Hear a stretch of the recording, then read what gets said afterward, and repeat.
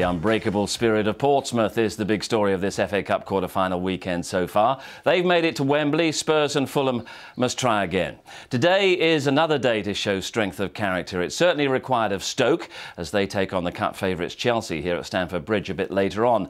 And we've seen it already in this Cup campaign from Reading, the only non-Premier League side to have made it this far. They're in action first of all at the Madejski Stadium against Aston Villa.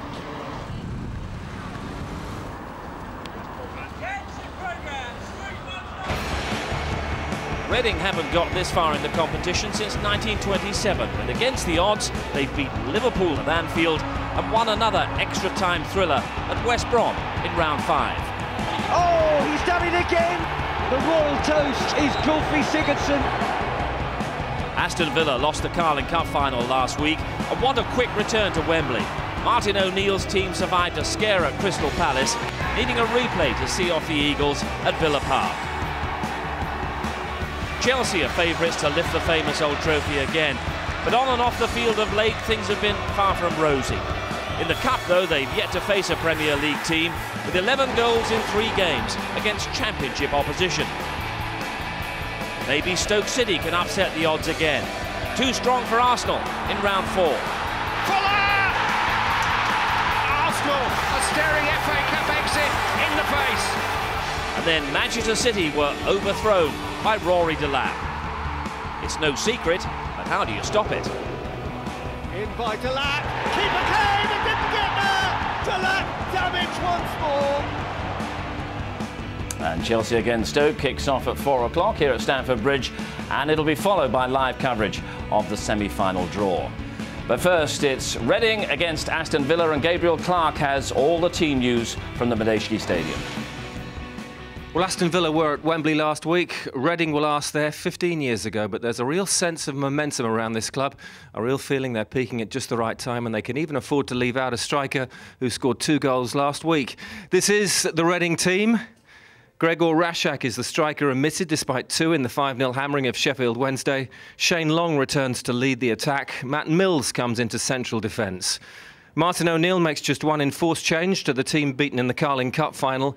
Gabriel Ogbonlahor is ill, so John Carew will partner Emil Heskey. But the big dream belongs to Reading. They're unbeaten here in 2010. And if there's one statistic that points to a cup shock, it is that Martin O'Neill has yet to win a match in his 3 previous seasons in the month of March with Aston Villa. It's a funny old game.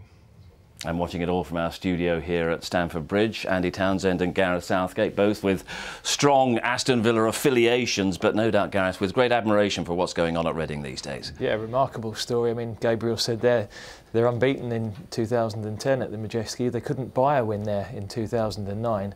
And fantastic story with Brian McDermott taking over as caretaker, getting the job, and wonderful results in the previous rounds. And as Gabriel also mentioned there, Aston Villa haven't won in March, I think, since 2006. Do you start getting superstitious about these things, maybe? I don't know, Martin might, you know, but I don't think you do. I would think they would expect that they're clear favourites for the game today, and then opportunity for them to put the disappointment of losing the League Cup last week behind them. But this is a Reading side that's oozing confidence. They can afford to leave out a striker after a 5-0 home defeat.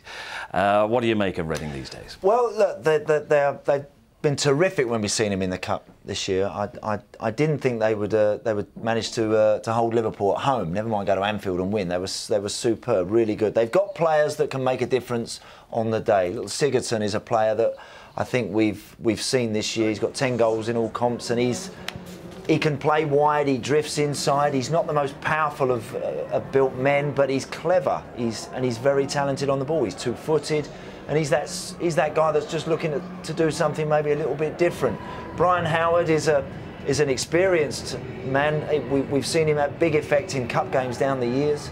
Now, interesting today because Brian McDermott set the team up a little bit different, Steve. So whether Brian gets himself into those forward positions that he's kind of more accustomed to, or whether or not he has to sit and be a little bit more disciplined, I think that's going to be a key area today for Reading. How ambitious they are going forward, how much they're afraid of Villa's threat, particularly their aerial threat today. For Aston Villa, well, so tight at the back, but goals are hard to come by. How problematic is the loss of Ogbonlahor today? Well, it's a big loss because if you look at Heskey and Carew, it's clear where the threat's going to come from, but no pace to get in behind teams. And Villa are a real good counter-attacking side. And the important thing today will be their two wide players, because without the pace of Agbonlahor, the pace of Ashley Young, who's now starting on the right-hand side, I think he prefers to play down the left. But for him and Stuart Downing, big couple of months coming ahead. They were both in the England squad for the last few months. Ashley Young wasn't even in the squad on Wednesday. Stuart Downing didn't get on off the bench. And they've both got excellent quality, but they've got the likes of Sean Wright-Phillips, who did so well the other day, Theo Walcott, Aaron Lennon, and their own James Milner. You know, at the beginning of the season, those two were two of the guys you thought were going to be in that England squad. Yeah. Milner is a certainty to go now, and it's a big afternoon for them. Today's the day to make an impression. The Reading coach Brian McDermott, he's certainly had a football roller coaster, not just in recent weeks. From a young player at Arsenal, he went to coaching at non-league Woking and Slough. He was then chief scout at Reading for 10 years, but he's now earned his time in the spotlight, and Ned Bolting has delved into the life of Brian this past week. You can have a look in here. So this is bits and pieces in here, isn't it? I'm not allowed anything on the walls, so I've got my own little room here, which I haven't done. So how long have you had him then, Brian? Saturday got him. How old is he? He's brand new. All my stuff's in black and white because I'm really old. I first made my debut at 17 now. I played about 70 odd games for Arsenal, scored a few goals. Played for Ricks. Ah, good chance for Ricks. Talbot's gone right in the middle there. McDermott coming up fast. And McDermott has scored a fine goal. I was a kid at Arsenal, liked playing football, didn't know too much. I didn't really know how to win games. I was just trying to survive in that dressing room, really, and trying to get as many games as possible. It's Graham Ricks, that's Pele, you know him anyway. John Devine, that's me. Brian McDermott. That's me with hair. And then when on my travels, I had many clubs. You know, I won 3 titles, you know, at Cardiff, at Exeter and Oxford. And I travelled abroad, I was in Sweden, I played in Hong Kong. So, you know, I had numerous clubs, really, and a great career. What was a pre-match meal in those days? Pre-match meal, we used to have a pint of milk, a bar of chocolate and a fillet steak and toast. You're joking. I'm telling you. And we used to run around, it was like you're running around with a brick in your stomach. Tell us about Sweden, Player of the Year. Yeah, a long time ago, 84. There is a trophy somewhere and I couldn't tell you where it is, it's amongst all this stuff really. They gave me a big cannon, which is really nice. You've got a good reputation at a club, you've got a good job, you're obviously well established. If you step up and take the manager's job, you have to take a sharp, deep lungful of breath and think, is this what I want, don't you? I wouldn't have took it on if I didn't think I was right. I wouldn't have put myself up for the job permanently if I thought I was the wrong man. I felt I was the right man to do the job. And the circumstances were right for me. Do you think he deserves a name? There's 3 names so far. We've called him Murphy, Monty and Trevor. And we can't decide, so that dog is going to be very confused. Those first few weeks when you took over, you had instant cup success, and quite heroic really when you look back at it. The first 10 minutes at Anfield, it was surreal. I walked out onto the pitch, I didn't know where our dugout was. I saw Rafa Benitez and he was really close. I thought, it can't be there. They're right next to each other, aren't they? Yeah, I thought, it can't be there, it must be somewhere else. So for the first 10 minutes, I was watching what he was doing, so I thought, well, I'll do what he does. So I sat down and he sat down, and then I thought, oh, well, just get on with the game. And just getting amongst it. In by Goodison, and in by Long! And Reading lead at Anfield! Do you write your own programme notes? Ish. Ish. What's the message? What's going to get printed in a nice glossy programme on match day? Just the message is, you know, we've got an opportunity to play against Villa, a side with great tradition. The most important thing for me is to really enjoy the game, get behind the players for our fans, and go from there. If you're getting a win on Sunday, why don't you just give him the name of the winning goal scorer? Yeah, well... Unless it's one of the Icelandic boys, that might be a bit confusing. Gylfi Sigurðsson, that would be a long name for a dog. Very confused dog, but happy times back at the Madejski Stadium as a result, largely of Brian McDermott's influence. Smiles all around the ground, of course, after what's been achieved during the last few weeks. I'm sure smiles in the dressing room as well. He's got a very straightforward, simple approach, and that deserves to be rewarded, Brian McDermott. Seems very calm, very pragmatic. I mean, when I played against Reading earlier in the season with Middlesbrough, they played some really good football, but I don't know if they were geared up to get results. Brian's got results with them, but I can't remember a story where a guy that was chief scout went and took... No, and also, you know, if you don't have an impact, if you don't get that right, if you don't get something going quite soon, the players won't have you within 5 minutes. I think when someone comes through the club like that, Gareth, they come into the manager's job. We've all had situations like that, and you think, right, he's been a great guy with the younger lads, he's been great with the reserves, he's done this, done that. If you don't walk into this dressing room and have a bit of an impact, you'll be gone in about 15 games. Simple as that. Now, Brian's come in and not only had an impact, but the players are improving under him. Yeah. And that's a great credit to him. And they're showing tremendous character as well, demonstrated by the late goals, which have been a keynote of this cup run. This goal was fantastic. I mean, it was Gunnarsson's run down the right, a fabulous ball in. Shane Long is very good in the air. He's not the tallest of centre forwards, but he didn't have to be on that occasion. He just had to be in the right spot. But, you know, they played with a real cutting edge that night as well, Gareth, didn't they? This was another brilliant goal. Well, I mean, this is Sigurdsson cutting in onto his right foot. Fabulous finish. I mean, the fact is the draw was difficult enough for them, drawing Liverpool, Burnley and West Brom at home. To go to Liverpool and win in the replay, and to go to West Brom and win in the replay is something that nobody could have imagined. So no foregone conclusion for Villa today. It means that Aston Villa can't relax this afternoon. And just to emphasise how far Reading have come during the course of the last few weeks, we'll have to go back to, what, 1927, the last time they reached the FA Cup semi-finals, and they went down 3-0 to Cardiff City. This game was played at Molineux, the days of favours and rosettes and rattles, and they've tightened up the defence a little bit since those days as well. So a big, potentially historic day for Reading today. I'm sure that Aston Villa, though, they've absorbed the disappointment of last weekend's Carling Cup final defeat. Martin O'Neill's concern will be how they react to it, and can they succeed against Reading, where Liverpool, Burnley and West Brom have failed. The thoughts of the Villa boss come next.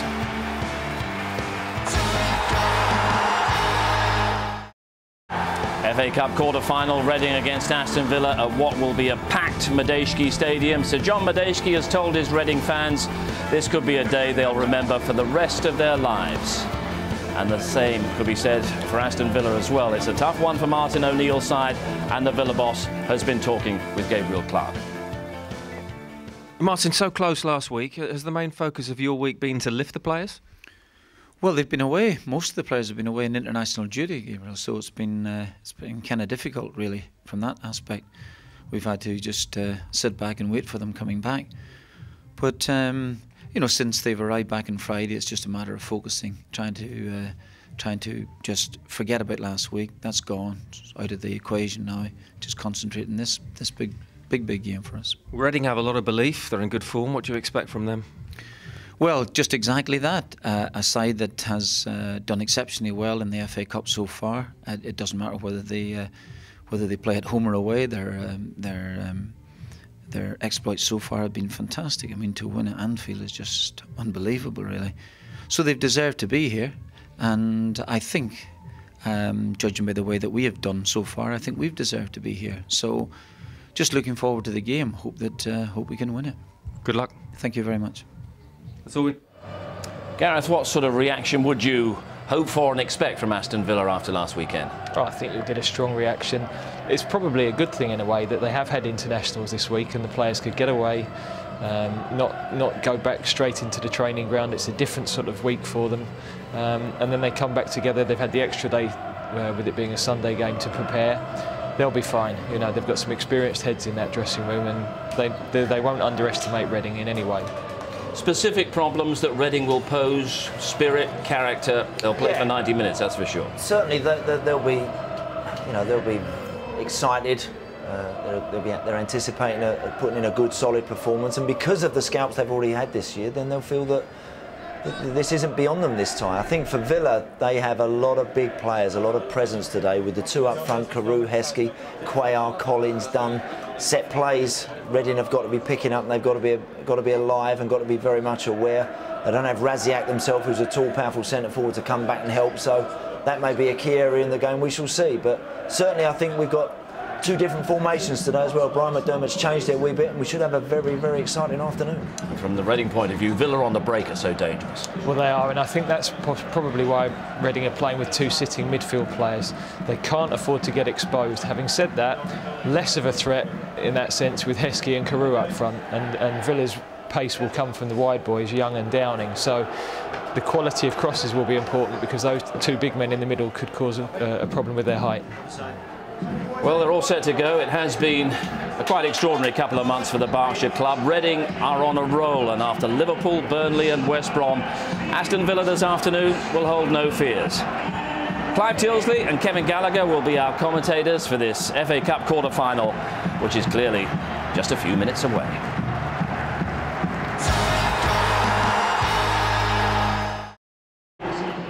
Welcome to the Medeski Stadium in Reading. The magic of the Cup is alive and well here, all right. The last representative of the FA Cup's giant killing fraternity, and in the charge of a man that some Reading fans had hardly heard of 3 months ago. Brian McDermott knows he does look a bit like Matt Lucas. He does have a sense of humour, but boy, he's taken his chance, the chance that only the FA Cup offers to really make a name for himself.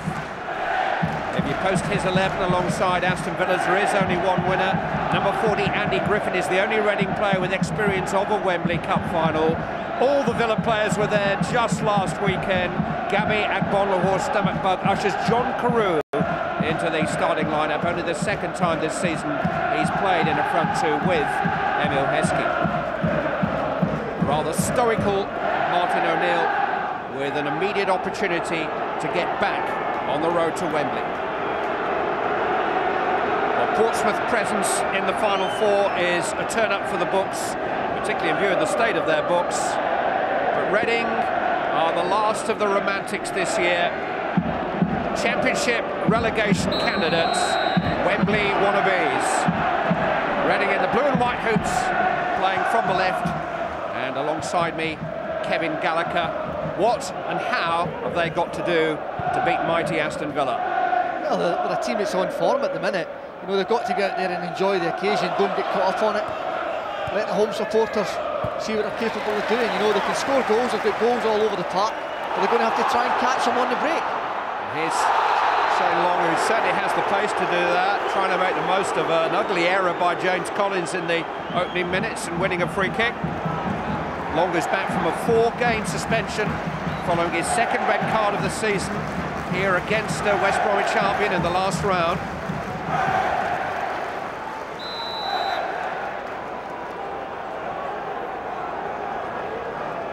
Sigurdsson will try to deliver. It's towards Ingemarson, it's headed away by Dunn. Downing up towards Carew. Immediately robbed though by Jimmy Kebe. In towards Long again. Not quite quick enough to catch up with that. Oh, what a start it is already for Reading.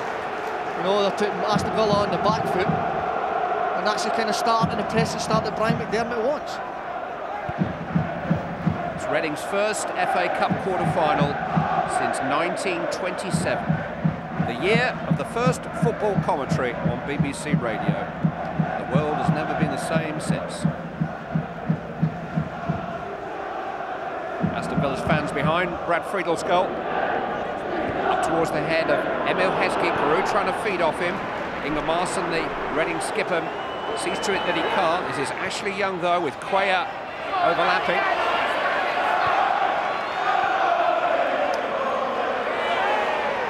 Young. Cuellar. Petrov with the cross. Blocked by Andy Griffin, who celebrates his 31st birthday today. Why will he celebrate the Reading win? A former teammate of mine at Newcastle as well. We used to call him a Tasmanian devil, Clive. He was always in your face at training and in games. What he gave you in training, he actually gives you in games as well. And a very experienced player. An FA Cup finalist with Newcastle United in 1999. Just seems like yesterday, though. He's been telling his teammates all about it and they're getting bored with it already.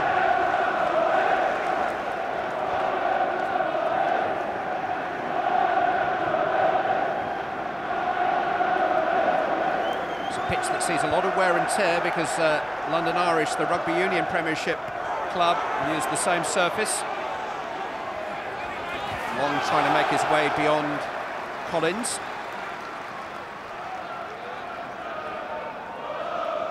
This is the man who won the penalty at Anfield and then scored the extra time header.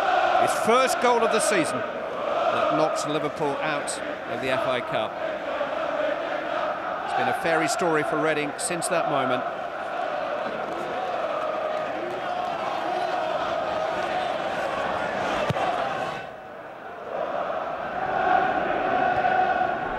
Peru first to the ball. Ingemarson showing some courage. Tab almost played Mills into trouble.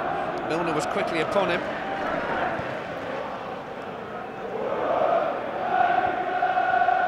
Ball coming off the head of Collins for Young. Is still forward.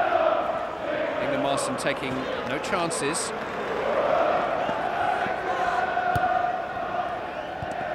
Milner has got Young in behind Reading here. And Ingemarson defends the near post at the expense of a corner kick. Well, it's the first time that Aston Villa have got into that gap behind the defence, isn't it? Big side today, Kevin, aren't they? It's a big side, and that's where when Ashley Lunn gets that chance, he's got to just sit it up at the back post, because when you've got the height of Heskey and Carew in there, you've got to use it. Collins and Dunn are forward from the back too. It's towards Richard Dunn. Reading goalkeeper is an Australian, Adam Federici. Took over from the American Marcus Hanneman here at the start of the season. He does distribute the ball very, very quickly. It was almost an accurate kick. The charging Simon Church. He's always looking for that, Clive. I've noticed that quite a few times with him. When he gets it, it's a rush to the 18-yard box, trying to use the pace of Long and getting behind them very, very quickly.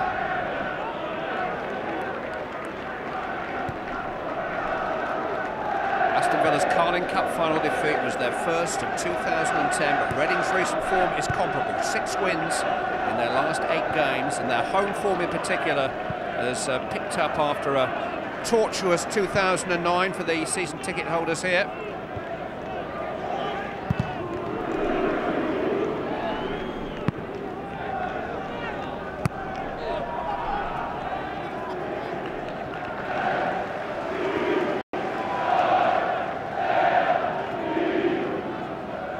That sun in Federici's face might be a problem in this first half. Collins with a header, helped on by Downing. Mills strong enough to see off Carew.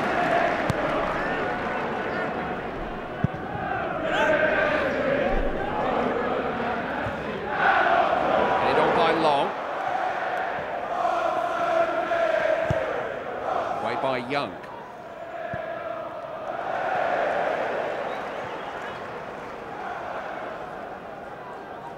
Barnsley are out, so Parky is here watching Reading. It's quite a regular visit to the visitor to the Medeski Stadium. Colour black is often seen in the director's box here too.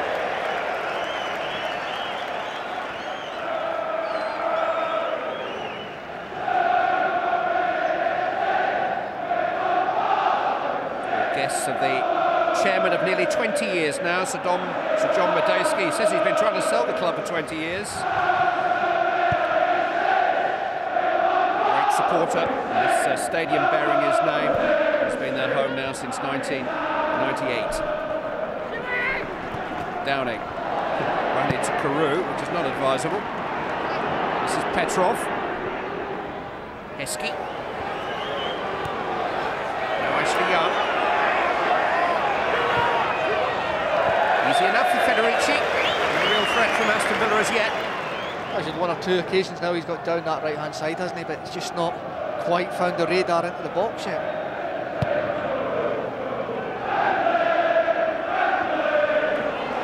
Flicked on well by Long and kept in by Kebe. Looking to toss it in early for Simon Church, who's playing from that left-hand side, but he is a a striker, a goal-getter by trade.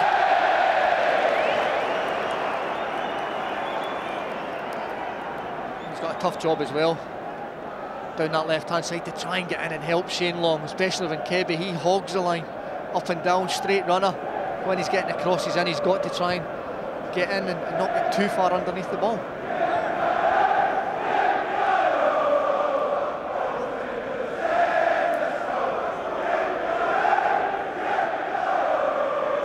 Ryan Bertrand take the throw to Gylfi Sigurdsson. Now Church, Sigurdsson. Downing caught in two minds, and I'm not sure that Warnock really wanted the ball there. Here's Griffin. Now Kebe is turning inside Warnock. Good recovery. Taken on though by Jay Tabb. Out of harm's way by Richard Down at the expense of a corner kick to Reading. Well, we said that just at the start, they're going to be pressing. You know, Stephen Warnock found that he didn't want the ball to feet. Gives away the possession. Gives a chance for the bigger players, Mills and Ingemarson, to get up in the box. Left-footed Brian Howard will swing this corner kick in. Eventually, there's the cross towards Ingemarson. A chance for Mills. Just didn't begin to get hold of it. There's a flag up. It's not going to count. Kebe's shot smashed into the roof of the net. But referee Mike Dean had already blown the whistle. Well, it's just a little bit unfortunate there. When Mills has a swing at him, you look for a little bit of luck as you're getting, but there's the big push. That's the free kick that Mike Dean's seen. But Keby's got, what, 7 goals this season already? A little bit of poaching for him. Church with a little nudge there in the back. It was a good spot by the referee. And it was the sort of penalty area nudge that often escapes the attention of an official. And if it had, Jimmy Kebe's 6th goal in 6 games would have resulted. He is in form. Griffin. Howard. It's caught late by Petrov. Free kick to Reading. Petrov just clearing his innocence there to Mike Dean.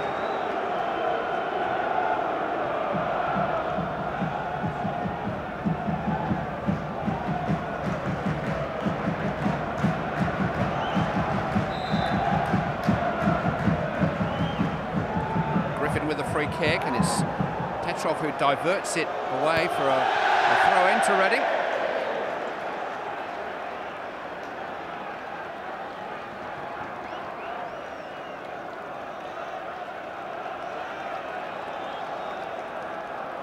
Somebody's taken a souvenir in that corner.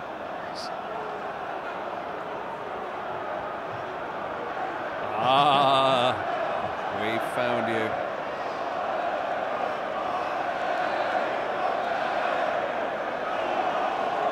Right, when you're ready, Brian Howard with the throw. Left for Ryan Bertrand. Sigurdsson. Bertrand. And now the throw goes Aston Villa's way. Ryan Bertrand is a Chelsea player. He's on loan to Reading. England under-21 international. Played against Greece at Doncaster in the week with one of the Aston Villa substitutes, Nathan Delfonso. Heskey, who didn't play for the England senior team. That's 3 internationals in a row now that Heskey hasn't been on the field for England. A lot of players with England claims in this Aston Villa side, including this man, James Milner, and this one, Stuart Downing. Digs out a cross which Tabb clears. Sigurdsson. Here goes Kebe, and plenty of grass to run into for Jimmy Kebe, who can run. Try to slip it through to Long.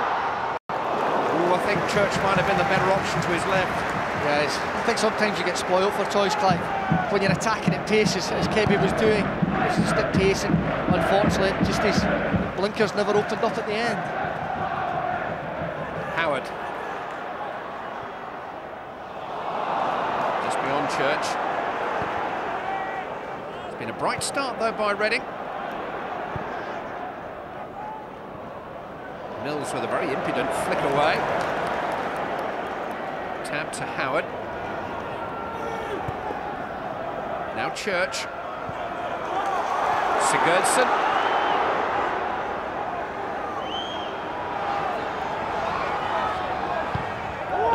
Crossed in early by Gylfi Sigurdsson, who's been the hero of this cup run. It was his last-minute penalty at Anfield, which took the game into extra time. He scored an 88th minute winner against Burnley and an extra time winner at West Brom in the last round. No cross from Heskey towards Carew. Away by Griffin. Warnock to Downing, who's offside. It's a little bit unlucky, just trying to get himself back into play. Stuart Downing. But you see, it's just in here with John Carew, just half a yard short. He just needed a little bit more pace on his legs there, just wouldn't take him and carry him into that position.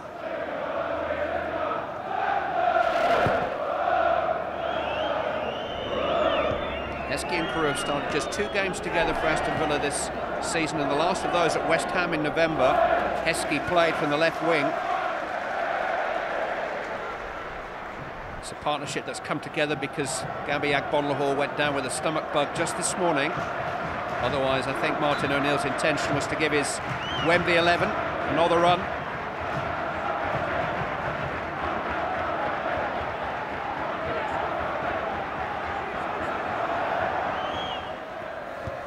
Kebe, down to Tab, away by Dunn. He's very important in their defender, Richard Dunn. His positional play is excellent. Griffin's done well just to keep that in. To keep Downing off the ball and to win another throw-in. Came back to him in a very lively fashion off the head of Tab.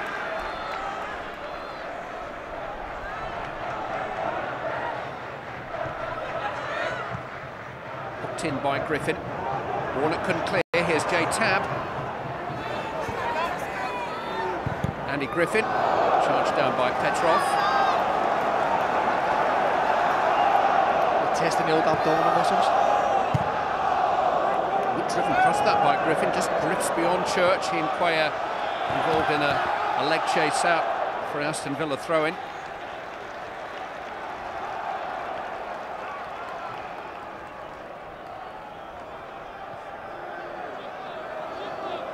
Been the best of weekends for Reading so far. Championship wins for Sheffield Wednesday and Crystal Palace yesterday have left them just a point clear of the relegation zone, but their league form has picked up with their cup run so far. No conflicts of interest as yet. Heskey claimed he was caught by Mills. Mike Dean inviting him to get to his feet. Well, it's calmly played by the goalkeeper Federici. Maybe a little ambitious. Carew. Ingemarson tackled. This is Downing. Milner on the overlap. Cut out by Tab.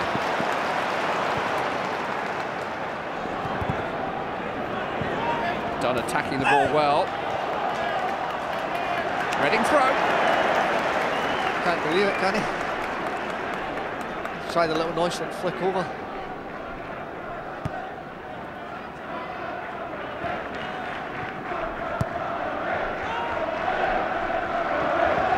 Down by Long. Now Kebe. Still men to his left. Dunn did some good work there. Tab forced it forward. It was committed Richard Dunn. He had to win the ball.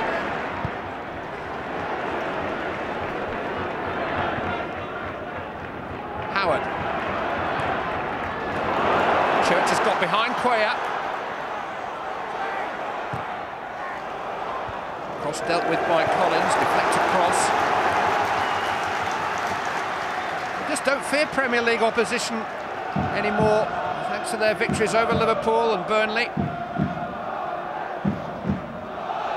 One or two of them are young as well, Clive, and they don't have that fear when you're young, do you? Just want to go out there and do the best you can and try and get results. And even though they are in an up precarious position in the Championship, we said the results in the Cups do them massive favours.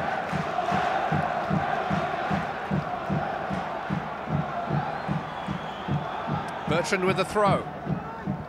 Cuella's header. Ryan Bertrand. Howard. Chancing his arm from range, blocked by Petrov, brought away by Milner. Here's Carew. Now Young.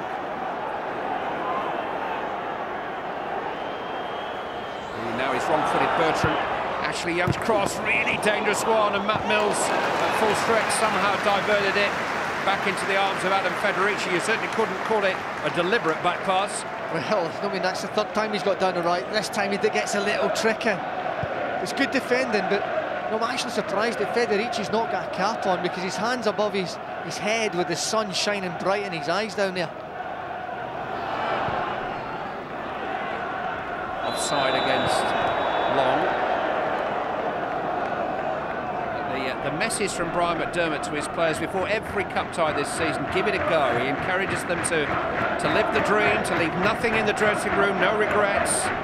And it's led to some cracking matches this season involving Reading in this competition. All action. And the early signs here that we're going to get another one. Cuella. Young. Milner. Again, it's a testing cross. Again, Inge Marston was in the way. And again, it's an Aston Villa corner. So again, they work down into a good position and they don't get past that near man. And when you have two big guys in that box to get the ball aerial bound, you're going to have to get better quality in. Young takes. Header away is by Long. Petrov first to it. Now Downing. Petrov with time to pick a cross or maybe a shot. And although it was well struck, it was never threatening Adam Federici's goal. He's just moving slightly away, wasn't it? You know he's got the power to shoot from that distance, and there's only one thing in his mind: nobody near him. But the swerve and the ball was just taking it wider and wider. Aston Villa are getting a little bit closer now and causing problems. He felt the disappointment of the Carling Cup defeat deeply. Martin O'Neill admitted just yesterday he was still moping around.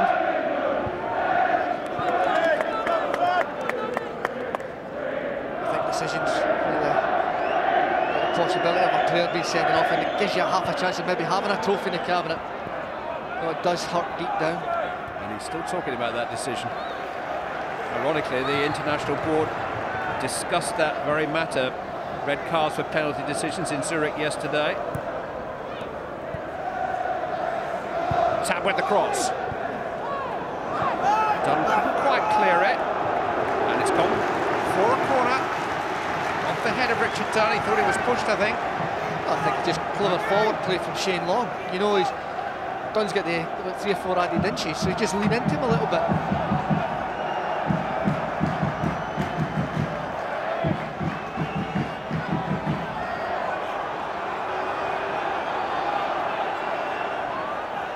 Sigurdsson with the corner towards Mills, bypassed everybody, and Stuart Downing can bring it away. Milner is upfield for Aston Villa. Here is James Milner. Griffin got in a challenge though.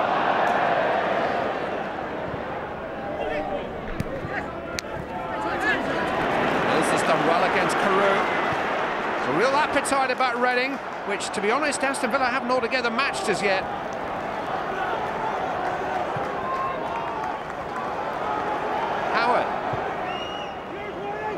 Kebe's offside.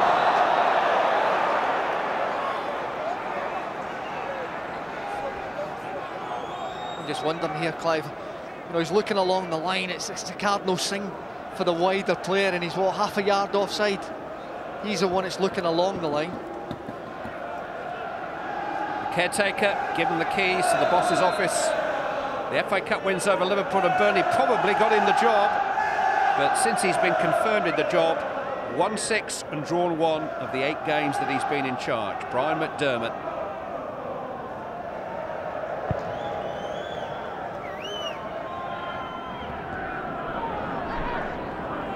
Young.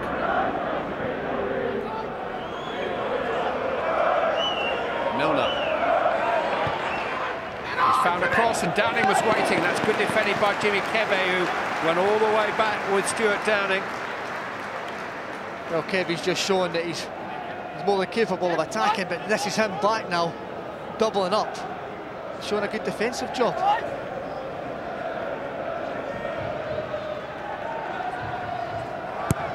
Stuart Downing with the corner. He's come as far as James Milner. The bounce wasn't kind for him. Just couldn't quite meet it on the half volley. It goes down as a half a chance for James Milner. He's more than capable. When it just sits, it just wouldn't sit down from there. He's attacking in the half volley. He's just got underneath it. The spins just took it high and wide.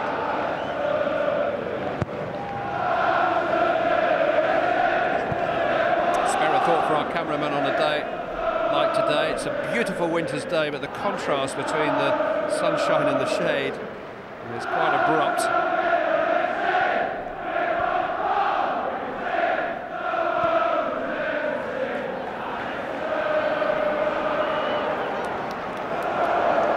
In the shade.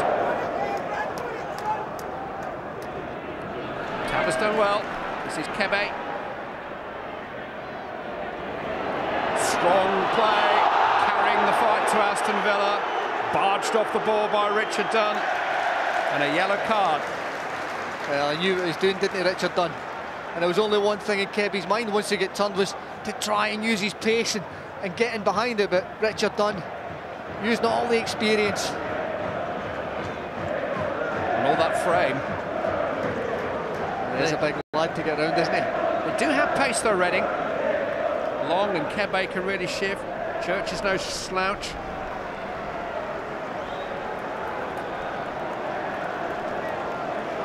They've got this in a dangerous position as well, because Howard can hit it from distance with his left foot. Segerson with his right.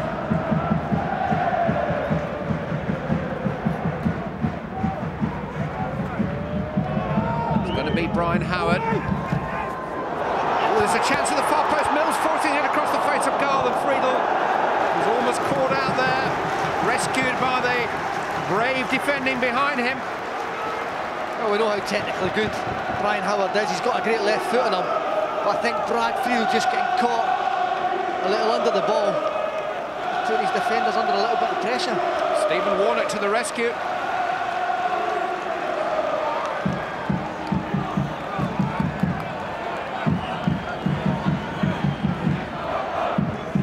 Sigurdsson, headed by Collins, hit by Tab, and that wasn't far away. Instant volley by little J Tab, just swung wide at the angle of post and crossbar. No, it's a great strike. He strikes it really well. You know, his body shape and everything's perfect, but he's took a massive deflection off Richard Dunn.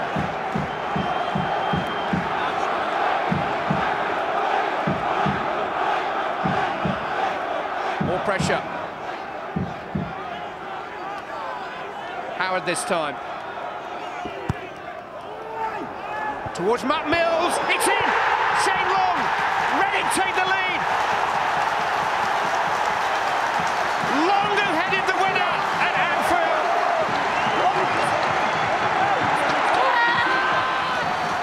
And the fantastic journey of Brian and Reading goes on! Well, they work the set pieces very, very well, and again it's a well-worked set-piece corner. A nice flick-on from Mills, who's used in a lot of their set plays. Gets a lot of flick-ons, and as all good strikers do, they're in poaching in the 6-yard box. He gets his bit of space, and there you go. Puts his team ahead. Welcome back Shane Long from a 4-game suspension, but that's 5 goals in his last 5 games. In a season when he took an age to score his first goal, he's now scoring critical goals. Well, Aston Villa were behind at Crystal Palace in the last round. They made their supporters sweat and wait for a second equaliser that day. And he also had Agbornahor missing as well, Klaus. I wonder if there's a little bit of a coincidence in there.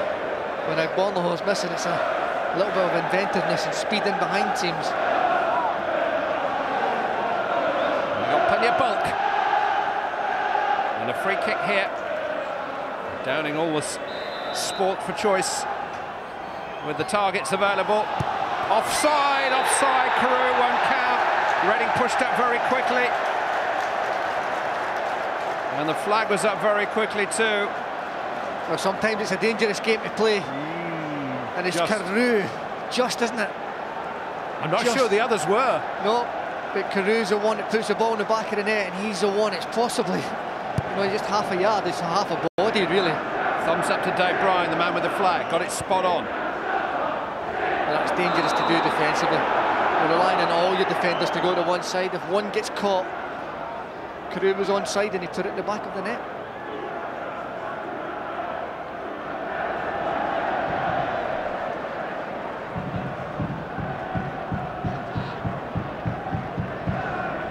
Done with a free kick. Mills up with Carew. I think Mills and Ingemarson are relishing the kind of challenge that Heskey and Carew are posing. Kebe getting a bit excited. He blasted the ball against Young, which I think was accidental, but and then he tried to win the ball from the prostrate Young and was penalised. Well, it's just here, isn't it? There you go, have a bit of that. You know, but it's the next bit. Kebe's not giving up. And that. It's almost like in a rugby scrum, isn't it, where you're trying to get your foot in and dig it out. That's even illegal in rugby now. Best part of half an hour gone. We're needing a little bit of quality in the set pieces now because they're hitting the first man too many times, Aston Villa. Waiting to see if Reading push up again. Young takes. Federici punches. Will come for Stuart Downing. And the deflection off Bertrand falls kindly for Howard. Strange that Downing brought it onto his unfavoured right foot there. Milner.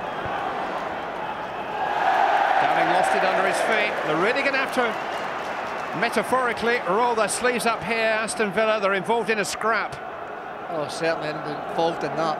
And Reading aren't letting them get a second or third touch in the ball. They're right in their face, stopping them from playing. They know they're a good side, they know they're fast. And the best way to do that is be close to the players and stop them from playing. Howard. Collins having to chase back towards his own dead ball line, but he managed to shepherd the ball out for a goal kick.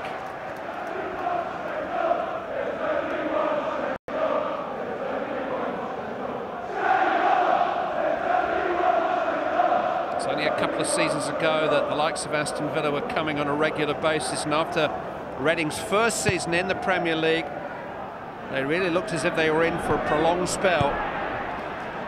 And now they're missing days like today. But Shane Long here scored the goal, just giving them hope of an even bigger day at Wembley. Play back to Bertrand, chance for Sigurdsson, blocked by Dunn. Headed back into the danger area, Dunn's there again. It'll come for Brian Howard, who couldn't quite get over it, but what a chance for Gylfi Sigurdsson, and what a block by Richard Dunn. Well, again, he puts his body in front of it. You know, that's what he's there for, a big central defender. But again, I mean, very impressive play from Reading to get in behind the midfield and just in front of the defence. It was a pretty studied, cool finish by a pretty studied, cool customer who won't be 21 until September, Gylfi Sigurdsson, but Dunn, right place, right time. That's what he's paid to be.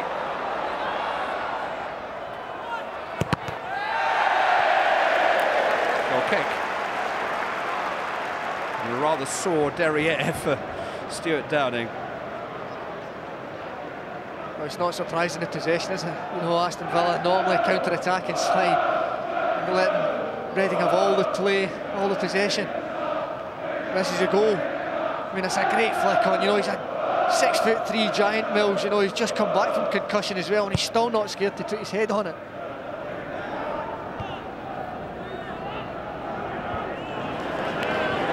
Kebe. It's bounced over long.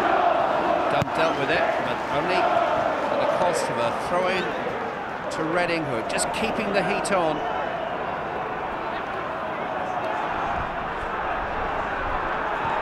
Tab is turned away from Milner rather too easily. This is Howard. Heskey losing out to Sigurdsson. Downing trying to find a way out for a rather beleaguered Aston Villa. A lot of talk during the week about a Wembley hangover, and it's almost literal here. They just haven't really got started in the game. Reading look a yard quicker. Well, not only did Petrov throw a dummy to fool the Reading players, he fooled Emil Heskey too. Heskey. Carew. Downing. That's a decent cross. Oh, and somehow it eluded everybody. Why didn't somebody get on the end of that? Young's convinced it should be a corner. He's convinced that somebody did get on the end of it. Well, I'm surprised he hasn't tried to put his head on it. You know, it's a lovely ball in. Two defenders in front of him, and McKebby are back in there. Young's thinking it's taking a deflection off the defender. Left it. Mills winning the ball again. He's been outstanding so far, Matt Mills. Boy, just wants to see that out. I'll tell you a story about the Reading number 5, Matt Mills, whose header led to the opening goal. He was very seriously concussed at West Bromwich Albion in the replay, was taken to hospital, and actually spent the night at the home of Richard Dunn, his opposite number today. They were at Manchester City together. But Mills was not only concussed, he suffered a really serious bout of amnesia. He couldn't remember anything about the game or even that he played for Reading. Taps back there.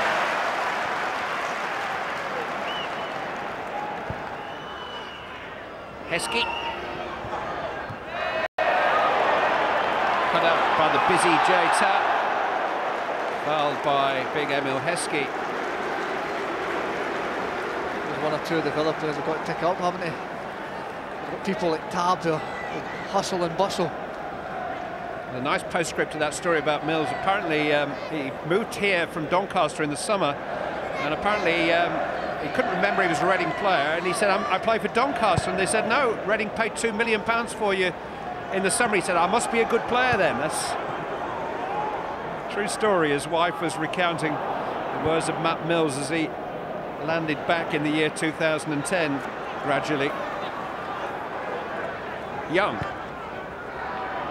Now space here for Downing. The cross charged down bravely by Bertrand and kept in by Federici. It's all going Reading's way. Well, he's got a little bit closer this time, Bertrand, hasn't he, to try and block that cross. But Villa have switched wingers over now. Downing down the right, coming in onto his left foot. Young down the left, coming in onto his right foot. Hit from range by Church.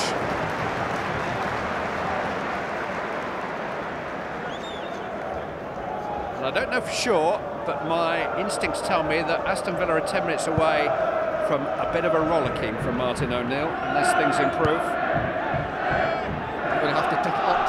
You know, they seem to slow the play down, they're turning back. They're quite comfortable at getting it back and playing it across the defence, but you know that at times you have to get a little bit of pace in behind, move the ball a little bit quicker, and they're not doing that. And that's a loose pass from Collins. I would think he could hit the roof. I think so. I think he's keep biting that bottom lip, doesn't he?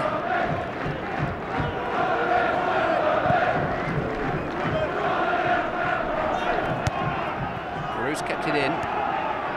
Tab calmly back to Mills.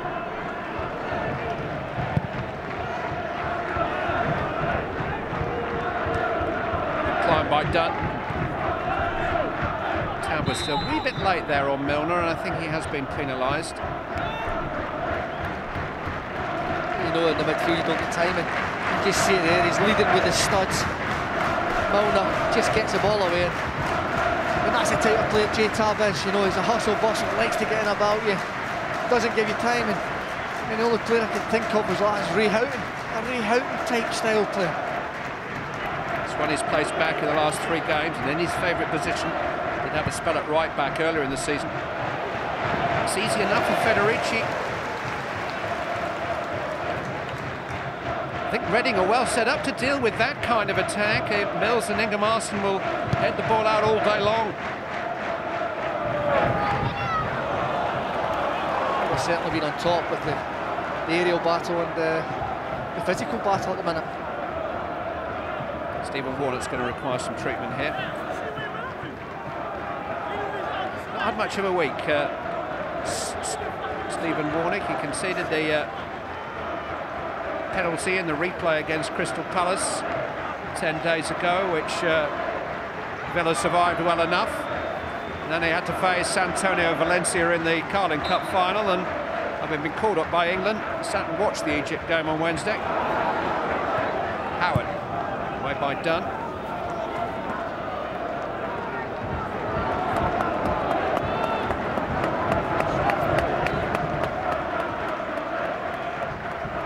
Griffin's throw. Long can't quite reach it, Dunn away. Carew. Caught by Howard. Been so combative in that area, Tab and Howard. If you say anything, it's the best place to give it away. When Aston Villa can't really hurt them. And they're inside their own half at the centre circle. Mike Dean just wants to have a word with Ashley Young. A little bit of lip, yellow card. That'll stop it. Just saying, isn't he? 3 times he's obviously been nipping his ear. He was having none of it.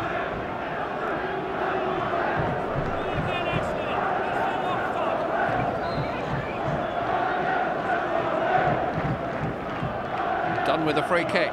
Came off Mills, not quite what he intended, but it fell for Federici. And now Heskey's down in need of some treatment.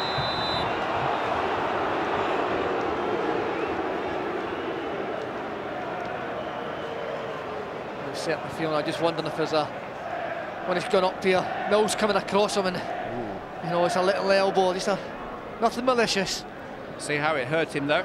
This is the first of 2 FA Cup semi-finals live on ITV for you this afternoon, with Chelsea versus Stoke City to come, and that will be followed by the draw for the semi-finals around about 6:05. More live football coming your way on this channel on Wednesday night. What a match! Manchester United versus Milan. We are live on ITV1 from 7:30 at Old Trafford on Wednesday. ITV.com/football is the website where you can find details of all that. We're also running a live online chat during today's games.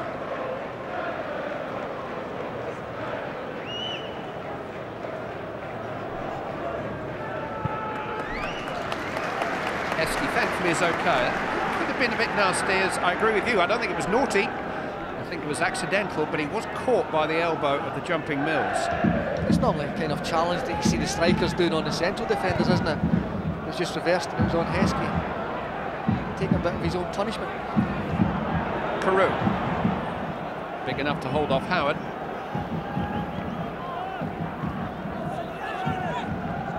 Milner.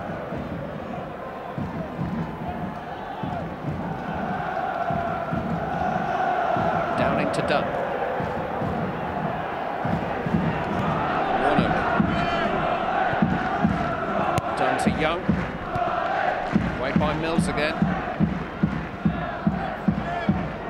Tab. Sigurdsson. That's a terrific pass inside Warnock. Jimmy Kebe, he has support. It's cut back, it's long, it's 2-0. Shane Long again.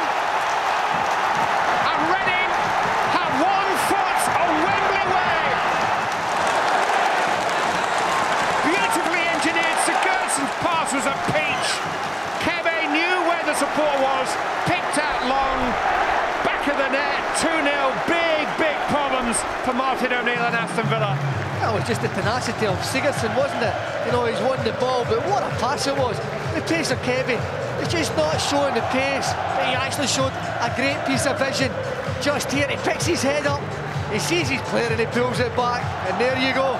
That's his second goal of the game. Great moment for Shane Long and for his manager, because Brian McDermott used to be in charge of the reserves and youth team setup here at Reading.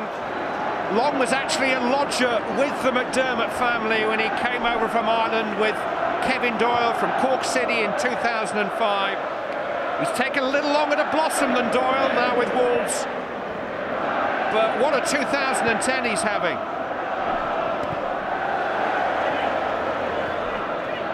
Willoughby used to tell him to tidy his room. Here's Young. Stopped by Mills. That's the hunger that Reading are showing. They're winning those. And Matt Mills has led really by example today. Well, he has, hasn't he? You know, he's got to put his head places. But this time, he's having to go wholeheartedly into a tackle. You know, that's what the FA Cup's all about, Clive. Header on by Long.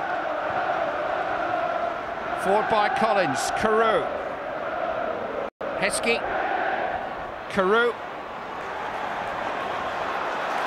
Just cannot get through this wall of Reading resistance. You know, Brian McDermott's quite a quiet, reserved sort of a man, but somehow he's whipped this team up to provide a fantastic level of commitment this afternoon. But here's Ashley Young. Look at that challenge again from Mills. Well, it stems right through the side, you know. You have a player like Mills and it just leads on. It's like a chain reaction through players. We've seen it from Tab, we've seen it from Howard, closing people down very, very quickly.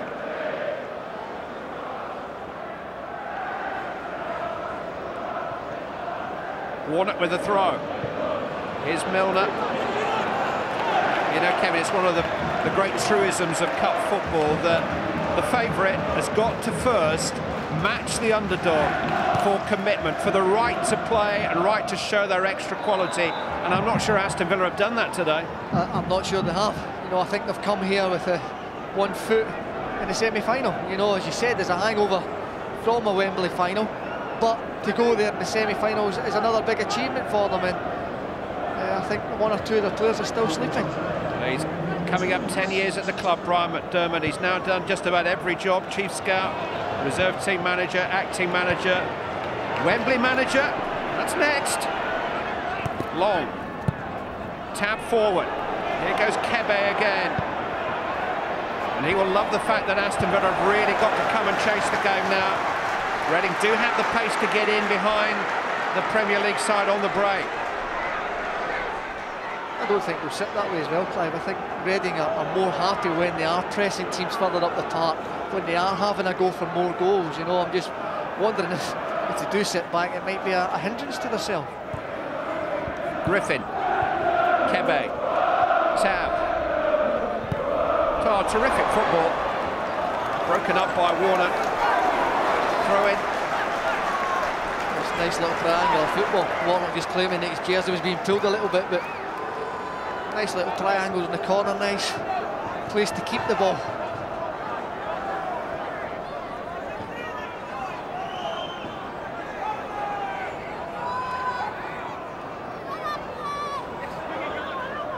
Tab.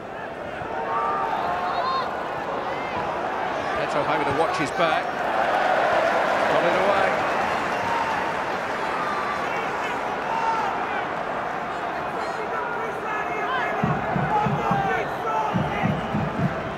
Reading don't want the half to end. Sigurdsson. Angled in, cut out by Petrov, cleared by Young. Heskey. Young. It's Mills again. Carew won it back momentarily, but Tab was there and Kebe on. Well, whatever Brian McDermott had in mind when he woke up this morning, it cannot have been much better than this, or Shane Long. 2 goals from the Irishman have given Reading a lead. You can only say they deserve at this stage. They played with great gusto, great pride, and they've rounded all that off with 2 wonderful goals. And at half-time at the Medeski, It's Reading 2, Aston Villa 0.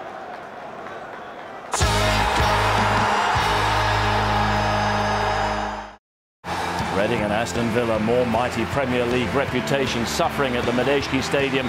Shane Long is set to be a cup hero yet again, scoring twice as Reading lead Villa by 2-0. Reading in dreamland, Villa in absolute tatters. And Gareth Southgate, Andy Townsend and myself are watching it all unfold from here at Stamford Bridge, where we're awaiting Chelsea and Stoke a bit later on. Martin O'Neill must be in despair at that.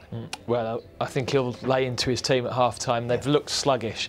We said that it was a good thing that maybe they went away in the week and didn't have a week together after the cup final, but I'd like to change that opinion because they look second best to everything, and Reading just look sharper, and Villa, when you start games poorly, it's really difficult to drag yourself out of it, so Martin's got a huge 15 minutes there. Yeah, and Reading thoroughly deserving this league. Really deserving it. They're good. They've got some good movement. Villa look predictable by comparison. They look very playing in straight lines up to the two big men, but Reading, I mean, brilliant goals as well. Fabulous goals. Shane Long did fantastically for the first goal. How did they lose him for that? Well, when you analyse this, I mean, I spoke before the game about the height that Villa have. I mean, it's a great leap from Mills, and it's a lovely little finish from Shane Long. Now, look, there he is right in the middle of all the claret and blue shirts. Now, there's Dunn, Cuellar and Collins. They should be able to go and sort Mills out there, but he just gets the run on them. Of course, Shane Long has drifted to the back post, and then he just has the tap in. I mean, that is really poor, Gareth, isn't it? Well, it is, because actually there'd been 2 or 3 set plays before that Villa had struggled with, and we were saying there's no way Reading should score from a set play today, but if you've got somebody prepared to attack it as Mills has, then you've got to defend it better than Villa did. It wasn't just a set play, there was a beautifully constructed second goal as well. Well, again, this was fabulous play because little Sigurdsson picks it up and he sort of rolls Heskey in the middle of the park. Now, Kebe at the bottom of the screen in the shadow has just got the run on Warnock, who slept for a split second, and that is as good a cutback as you're going to find anywhere at all. That is a brilliant finish. If you watch Shane Long in the middle of the picture there, the way he just drifts off of the centre-backs, all of Villa's defenders are drawn to the cross and the ball across the face of goal. It's great movement from Shane Long and a great pick out by Jimmy Kebe. And a cool finish as well. You know, on a bobbly surface like it is out there today, that could easily have skied it over the bar, but he's kept his head over it and stroked it in the net. Brilliant. And the extraordinary thing, this is Reading against one of the tightest, meanest defences in the Premier League. Yeah, but a brave decision by Brian McDermott. He left Raziak out, who scored against... They beat Sheffield Wednesday 5-0 last week, and he's left the centre-forward out. And Long's movement has caused... Well, he's got the 2 goals for a start, but his pace has caused Villa a problem. Just after Reading took the lead, Villa had the ball in the net, ruled out for offside, but it was tight. Well, very tight. I mean, actually, they probably just got it wrong, but... It's a decent finish from Carew when we see it from this angle. The linesman's at the top of the screen, right in the line, but in amongst there, look, you'll see Shane Long, actually, the goal scorer. He's just a little bit slow in coming out. They do like to do this, Reading, Gareth, don't they? Push out from these sort of set plays and catch 3 or 4 people offside. Shane Long just about gets away with that, maybe due to the fact that he's in the middle of a load of bodies and the linesman can't quite see him, but just about got away with it. Yeah, but 2-0 is there a way back for Aston Villa. Chelsea-Stoke still to come here at Stamford Bridge. Kick-off 4 o'clock in the final quarter-final of the day. But what a cup story, what a cup run is developing at the Madejski Stadium. Reading leading mighty Aston Villa by 2-0. And the second half is just a few minutes away. What does it have in store for Martin O'Neill?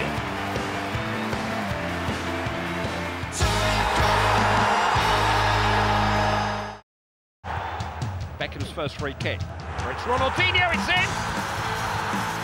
Fletcher's cross, goals, 1-1! Towards Rooney! Oh, look at that! 3-1! There's just no stopping Wayne Rooney!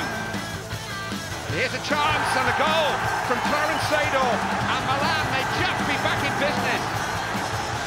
That's where we are on Wednesday night. Fabulous Champions League night as David Beckham's AC Milan take on Manchester United. ITV1 from 7:30 for our main coverage. Still to come this afternoon, the FA Cup quarter-final here at Stamford Bridge between Chelsea and Stoke.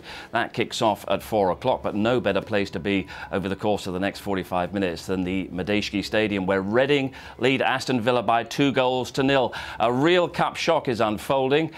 Joby McAnuff of Reading is suspended for this game. He's on the touchline watching, and he's talking right now with Gabriel.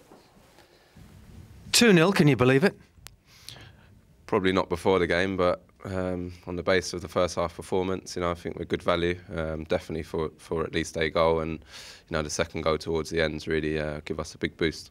The only bad news is Aston Villa can't be any worse, can they? Second half.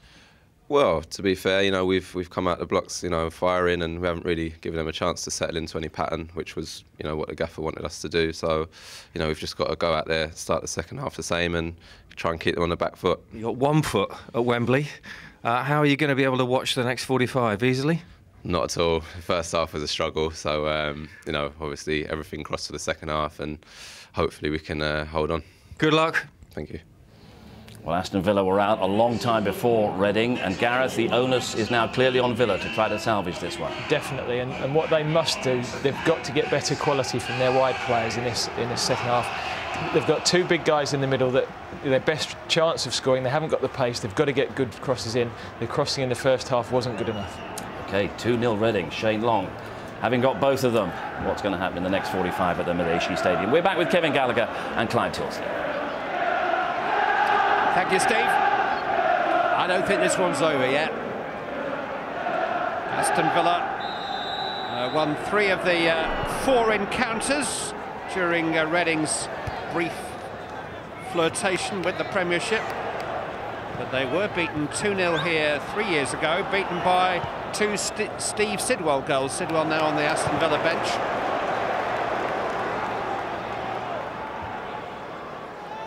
But I would think he's thrown a right paddy during the half-time interval. His team were, as Steve said, back out in the field a good 4 minutes ahead of Reading. And I should think they've been sent out with several fleas in their ear.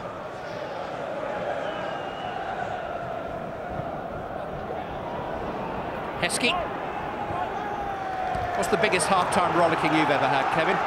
Well, I've had plenty of my time, I can assure you. When you start at a club like Dundee United and you have a manager of Jim McLean's out, with teapots, with everything flying at you, you used to try and hide in the showers out the way.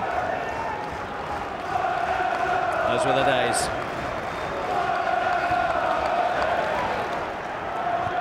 Milner. Bertrand didn't quite get that right. This is Downing. And now Carew. Early chance for Cuellar. Young! Aston Villa back in business. That didn't take long. A goal within 70 seconds of the restart. And whatever he said has worked. Bit sloppy from Reading's point of view, but actually Young snapped up the chance. Well, it's just sloppy defending from Reading, isn't it? When it starts, when the ball's clear from Bertrand and it just comes back in the box. And you just see here, I mean, there's too many spaces. Bertrand's not picking up, and Young standing at the back post, free.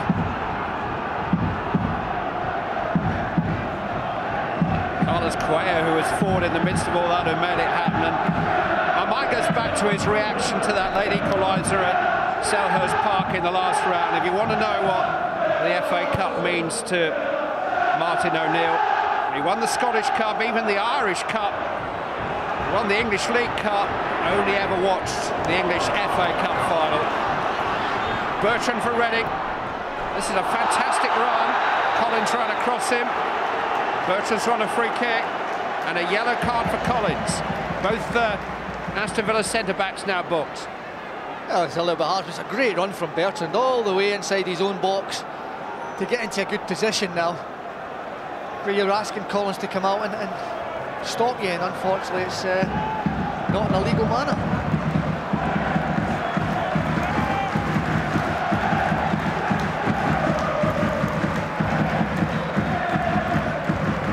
Free kick to Reading,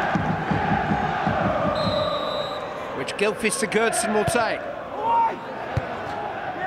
Header away by Dunn. Carew. There's Reading tackle still snapping in. Warnock.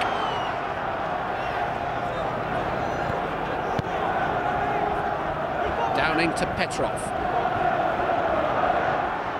Collins. Young. He has real pace, real talent. He can make you look a proper Charlie.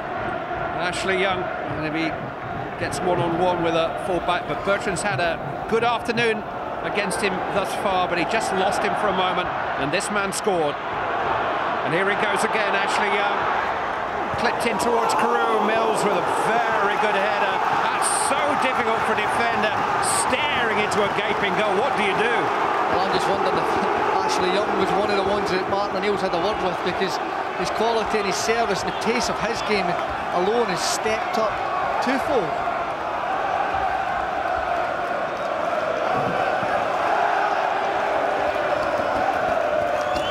It's Young's corner. Oh, look at the space for Carew, and he missed it. And Long got it away.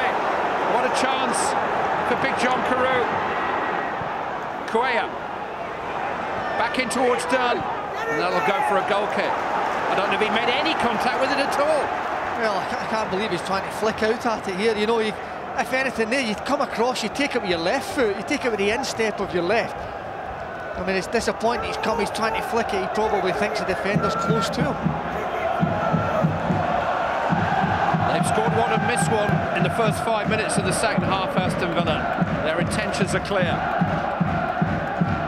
Martin O'Neill with a comeback on his mind.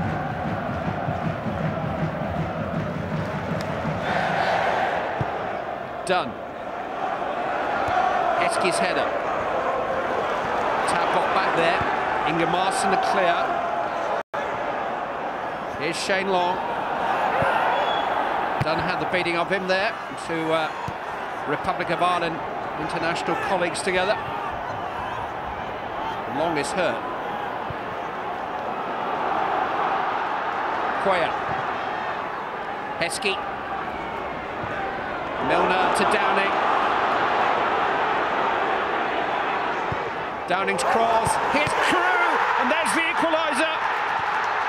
2 goals in the opening 6 minutes of the second half, and it's as if the first half just didn't happen for Aston Villa. Back on terms in no time. John Carew. Well, he's obviously at half-time asked for a response, and this is the response he's given him. It's just absolutely fantastic play. It's at pace, and when you get it back on your good foot, you're expecting qualities. He's got, it's the first decent cross into the 6-yard box that Villa really got for the big strikers. And Carew, he's not going to miss for there, is he? He's a bit happier now, isn't he?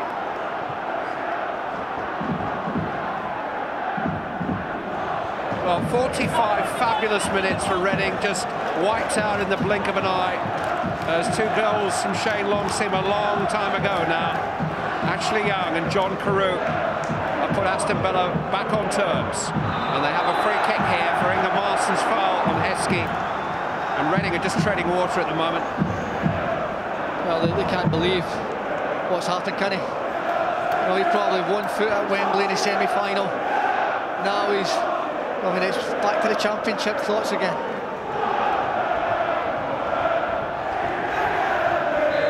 He's fed up, isn't he?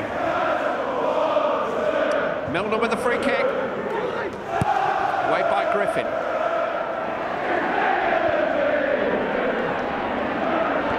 Taps header forward. Milner. Reading have really got to dig deep here. Carew's free again, no, flags up. Just wondered, Clive, if he'd left it. You know, just as the ball's about to come in, Carew just steps up with the defenders and leaves it. Downing's in his own. Flags up again here, this time against Heskey, who just barges into Mills, but that kind of aggression we didn't see from Heskey in the first half. Mills was having things all his own way back there. And I think Aston Villa have had a polite reminder from their staff at half-time.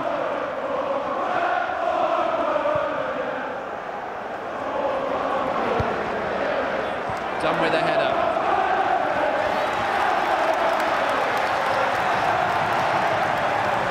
Oh, there's the cup. Oh, no, I don't think it is the cup. I think it's just a cardboard cutout. Heskey. Reading need to get the second half started here. Mills forward. Long just jumping into Warnock, done away. Griffin. Tap down to Kebe. Warnock's in trouble on that far side. Here's Shane Long. He's gone down holding his head, Stephen Warnock. He went down earlier, didn't he, in the first half, and I think he landed very awkwardly, and I think it was like a whiplash down his neck. And obviously in the challenge there, he's obviously nicked it a little bit again, and that's a worry for Martin O'Neill.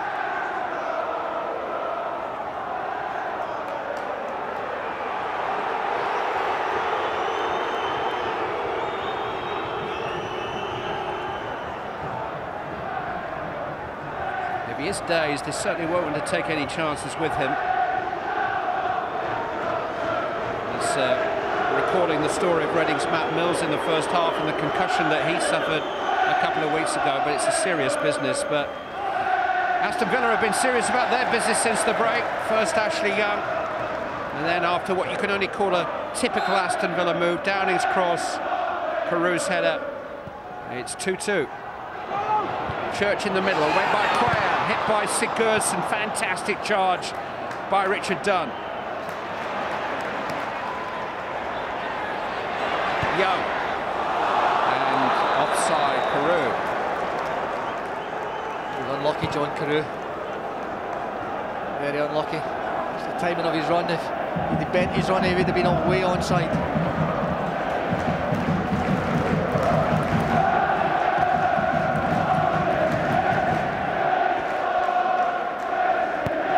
Mills with a free kick.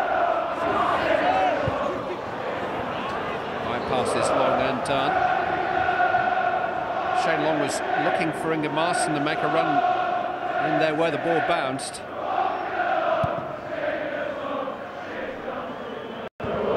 Stephen Warnock has been revived. This is Carew. Tap rather nervously back to Federici. Highest of the day. Heskey. Now Milner. Young. Warnock looks okay now. Into Carew! Aston Villa lead!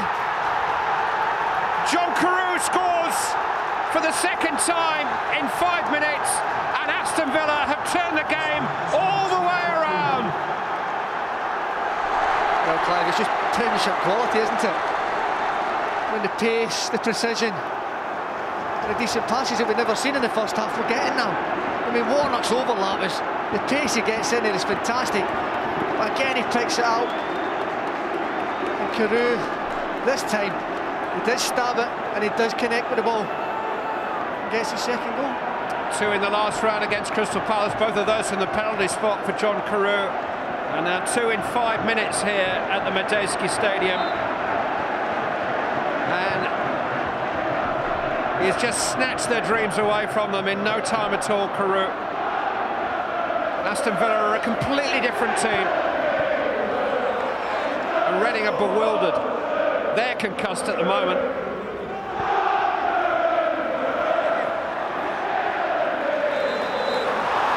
Petrov's got the decision there.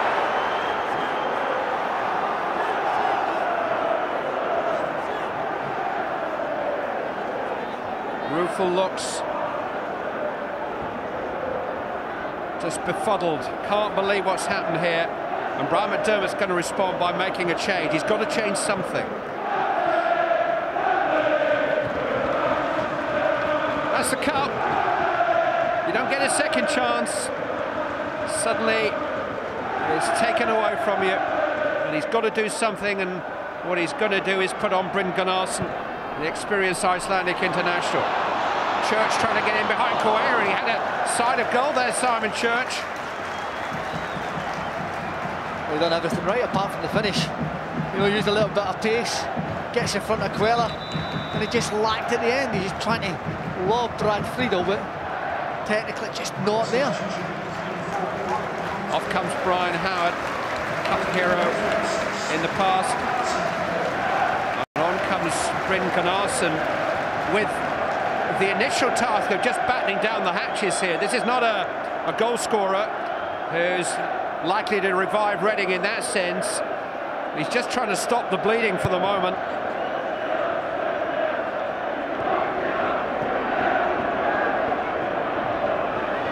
Heskey's won the ball. Carew. Milner to Downing. Those 3 Aston Villa goals came within the space of 10 minutes. Milner looking for another. Well, it was certainly the headmaster's team talk, wasn't it? They've come out with the ruler over the knuckles and they're away. And the totally different Aston Villa side, the pace they're playing at now, Reading just can't believe what's coming at them.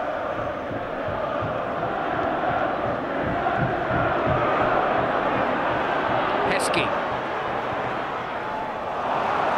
finds only Bertrand. If Reading do get back into this game, it will be an achievement which will surpass anything they did in the first half. Kebe has got past Warner. Here is Gunnarsson, the substitute. Suddenly the confidence that brimmed out of every Reading touch in the first half is drained away. He's got to think of something now, isn't he, to give them that little bit of a lift again. You know, they were pressing Aston Villa, stopping them from playing. It's like a boxer against the ropes at the minute.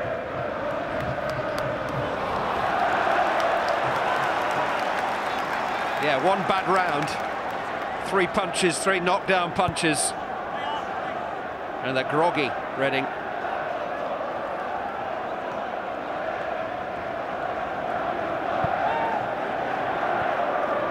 Griffin. Up towards Long. Here's Tapp. Headed by Petrov. Bertrand. Now Church. A bit of space for Gunnarsson. Slid into Long, but asked just a bit too much off him. Clever run as well from Long.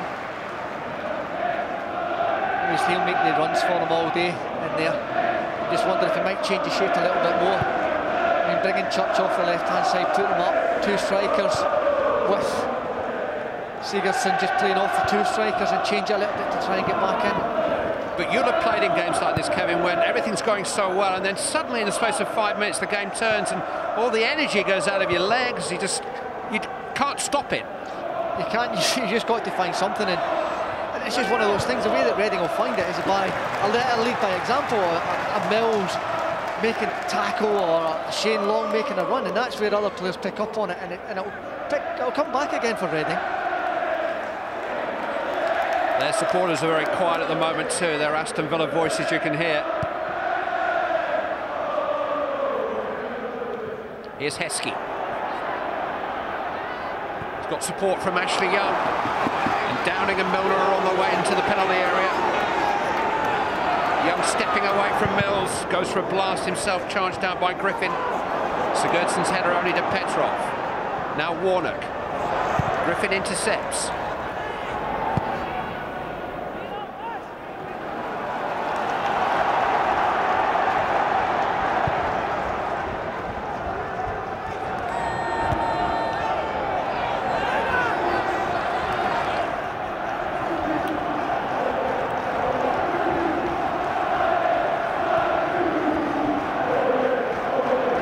Forward. Dunn gets a shout from Brad Friedel, who's been no more than a spectator to events since half-time. 2 Shane Long goals gave Reading a half-time advantage of 2 goals. But Young, twice this man, John Carew, in the space of 10 minutes, completely changed the game. Stuart Downing. James Milner. Down well, it's a corner kick. Church got back there. Yeah, it's just sometimes, Clyde, now you get a feeling every time Aston Villa attack, they're going to create something at Federici's goal. A little bit more creative now. Players are running off each other.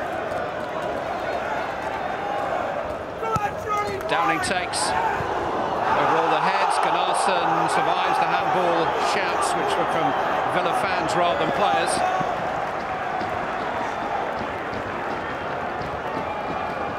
contacting over his man was as well, and to take that one comfortably down on his stomach.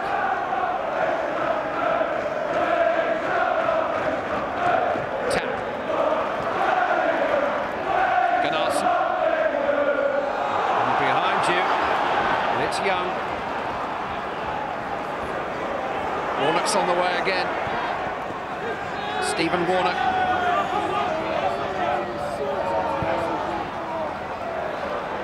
Done. And up by Tab. Now Sigurdsson just didn't quite wait it for Kebe as he did in the build-up to the second goal. Nearly. Just the surface had a bit to play with it as well, Clive. You know, it is a little bit dry down that side. The ball just takes one or two bobbles. It takes the pace out the ball. Mills caught in possession by Heskey. How eager the support is now. Milner, Downey.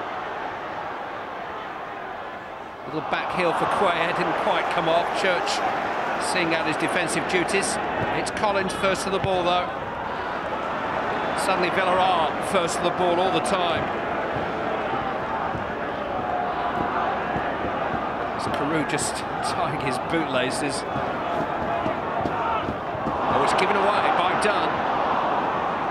Sigurdsson trying to free Kebe. Dunn recovers. Carew's back with us, very much back with us. Griffin stopped him. Showed a little bit of pace there. Been hiding that from us. He's taking every one stride to two of Andy Griffin's. This is Tab. This is Kebe. Now long. Foul. Petrov.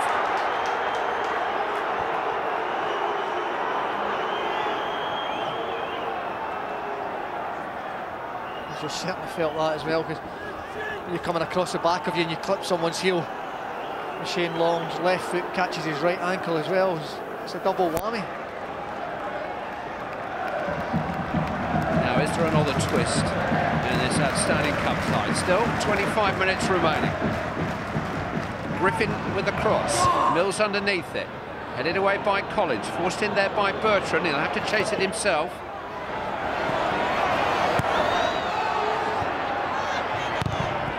Here's attempted clearance, charged down by Church. They're the little moments that Kevin was talking about that can just lift a team. That's what you need to. If you get players doing that, it just shows that they're not stopped. You know, it's the tenacity that they've had. It's already shown in the first half. They just need to find it again. Toss forward by Bertrand. Long down. Away by Petrov. Ingemarsen. Bertrand giving it away about 8 or 9 inches to Carew. Still managed to protect the ball. Mills. Cannot by Quayer. Downing forward, one for Heskey to chase. Federici stayed back. Heskey could go all the way here. Emil Heskey! Good keeping by Federici. Stood up for as long as he could. And Heskey didn't quite have the cute finish to beat him.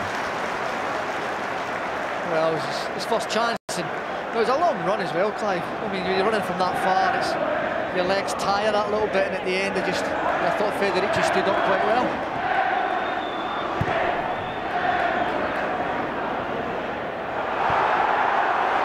Young versus Griffin. Griffin is rugged.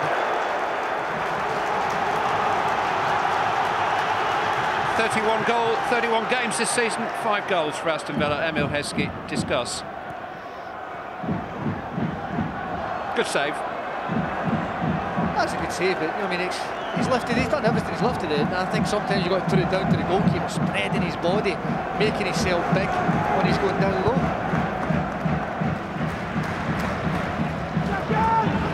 Sigurdsson on the volley. He can score that kind of goal, Gylfi Sigurdsson.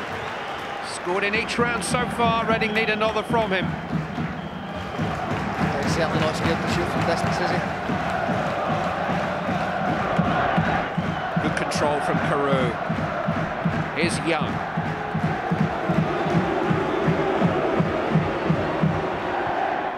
Clipped in towards Downing. Fine defending by Bertrand.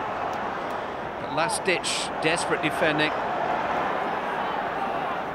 kind Reading have had to do a lot of since the break. Heskey coming from offside.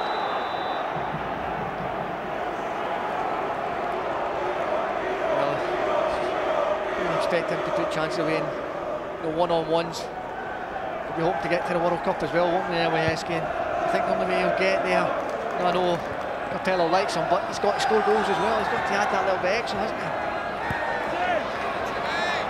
Kebe slipped into Tam, and Milner comes across, and that's a corner.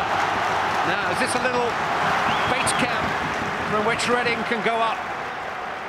Well, they've certainly got height, haven't they?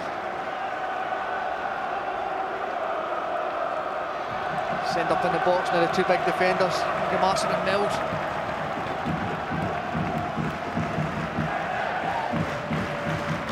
Scored their first goal from a set piece. Sigurdsson takes. Ingebrigtsen, fantastic clearance by Ashley Young. How did he keep that out? That's wonderful play by Young. Well, Martin O'Neill will be questioning defenders because again a set piece. But that's why you have men on the goalposts to help the goalkeeper out. Ingebrigtsen denied. Sigurdsson in again. Ingebrigtsen's there again. Headed away by Carew. Ryan Bertrand. Still an opportunity. Bertrand's clip cross. It might come for Kebe. Handball. Handball. Instinctive, I think, from Kebe. Came to him at an awkward height. Wow. Well, this is a spell that you want, Clive. Nice little spell. You get it in there. I think he was taken by surprise here, Kebe. Didn't realise he had a man behind him either. He looks a bit like Thierry Henry, actually. Yeah, we were looking along the Henry line. I was looking along a Freddie Kanoute. Well, Simon Church's race is run. On comes Grzegorz Raziak, the big Polish international who scored a couple of times here last Saturday in the league against Sheffield Wednesday, albeit his first goals of the year.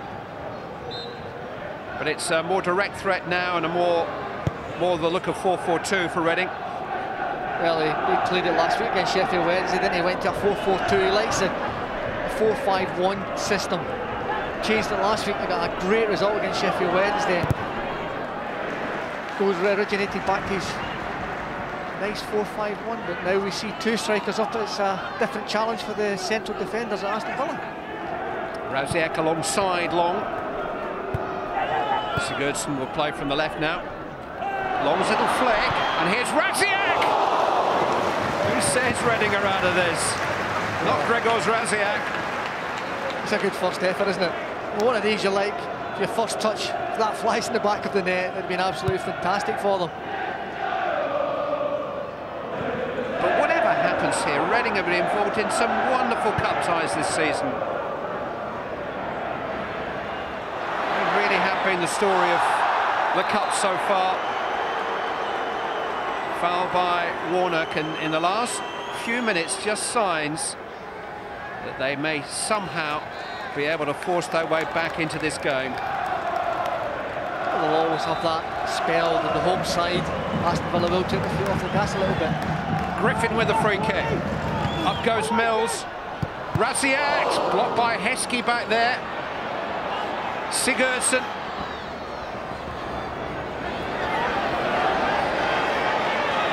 He is clever.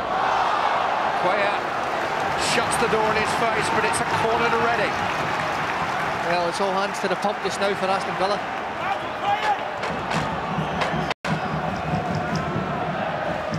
Raziak will now lend some height, extra height. Taken by Sigurdsson. Near post it was Petrov. Forced away by Milner. Good control from Griffin. Header on by Long. And this is Sigurdsson. Heskey's got an injury in the box as well, he's been down. There'll be a little bit of break in the play here.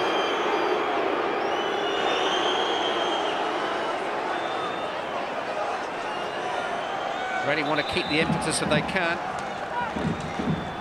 Heskey's okay. Winded, I think.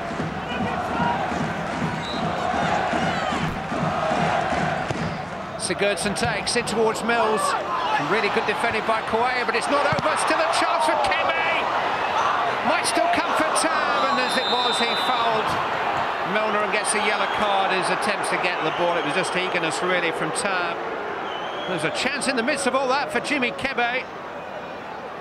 Well, he's a danger. He's on goal scoring form, isn't he?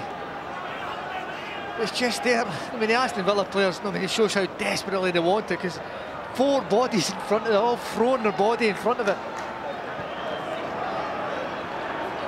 But there was a danger, you know, after those 3 goals in 10 minutes, that Aston Villa would just run riot, that Reading would become too demoralised, too disheartened, and just fade from this game, and it hasn't happened. Well, you've got to hand credit to Reading and the way they've approached it now. And this is a team 1 point out of the Championship relegation places. Sigurdsson on towards Gregors Radia. He has got Kebe with him. Raziak's forced it back to Sigurdsson. Header away by Collins. Griffin seizing on a loose one from Downing, who atones. Griffin again though. Gunnarsson. Driven in low and easy enough for Petrov. But anywhere will do for Aston Villa. They're besieged again. Well, it's a fantastic game. I mean, both sides are having a go at it. Gunnarson's headed it on. Here goes Kebe. Cross comes Dunn. Throw in.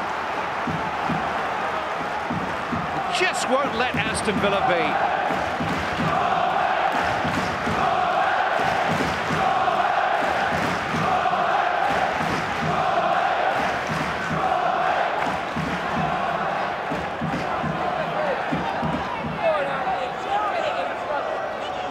Griffin's throw. Out as far as Gunnarsson. Carew back inside his own penalty area, can let it roll out of play. And you know, one of the features of these Reading Cup ties this season? Late goals. Well, as you said, it's not over until the referee blows that whistle. There's a lot of teams. Stuart Pearce sitting alongside Sir Trevor Brooking in the posh seats.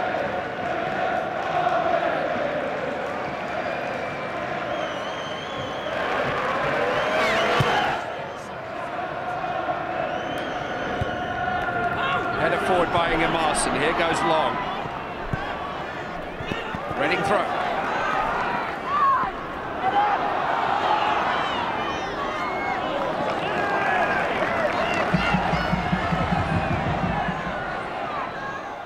Tap. Rare lapse.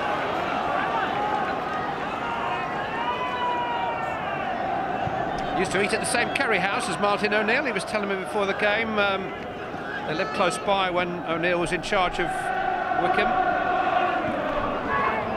I wonder if they walked into the same curry house tonight, what they talk about. Maybe a replay, you never know. Here's Long, trying to force it beyond Dunn. It's Tam, it's well struck. Just drifting wide. Fantastic guts from Reading. He's done well, isn't he? He's just waiting, just for any reaction, any second ball.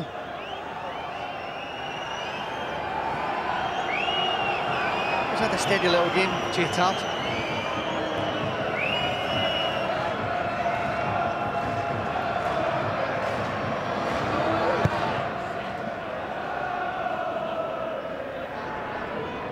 Bertrand.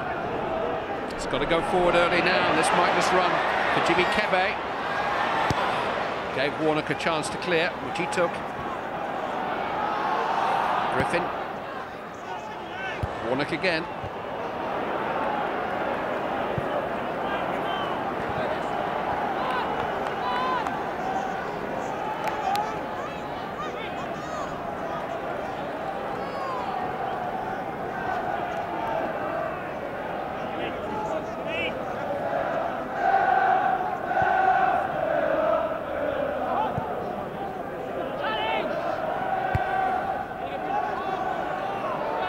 Carew. Just thrown led by Bryn Gunnarsson, who doesn't take prisoners.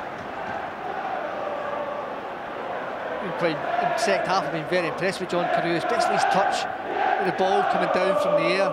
He's kept it close to his body, and he's not allowed Tab in the midfield area with Sigurdsson to get on top of him and take the ball off him, and he's held it very, very close. Both looking a bit battered and bruised, though, the Aston Villa centre forwards. They know they've been in a contest.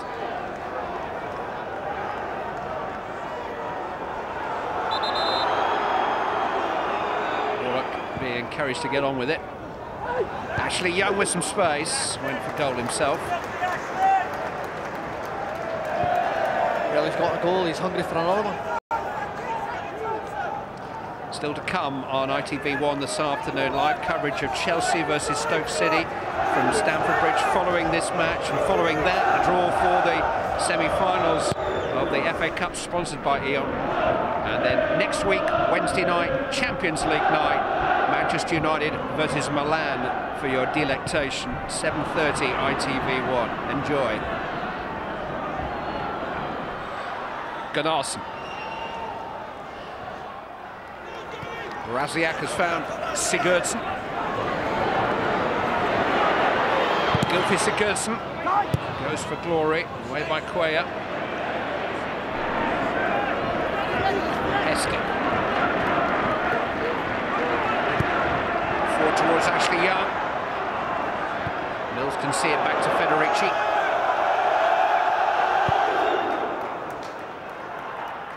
Raziak with a flick on. Here's Sigurdsson. Collins attacked it. Raziak forward. Oh, it came off Warnock rather dangerously, and Dunn had to react. These are the moments you can't afford to switch off. Tired legs, tired minds. Griffin. Header away by Collins.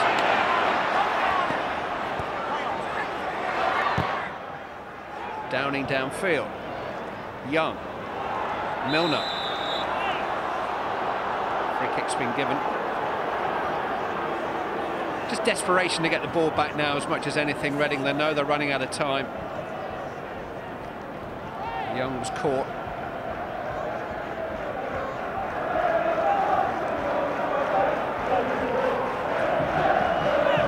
Martin O'Neill's trusty lieutenant, Stuart Robertson on the left, Steve Walford in the middle. Been through a bit together, those three. Coventry City were the last Midlands team to lift the FA Cup, 1987. Only Nottingham Forest and Villa themselves have made it down the M1 for a final since then.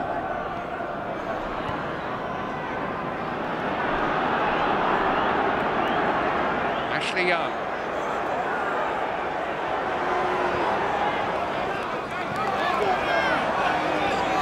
James Milner into Heskey, tried to touch it off to Young. Downing. Cuellar. Young. Stopped by Gunnarsson, but at the expense of a corner. He was just trying to go for a nice little clever nutmeg there, wasn't he? I think Gunnarsson was having none of it. All those Villa fans behind Adam Federici's goal are starting to think Wembley tickets. How and can we afford them?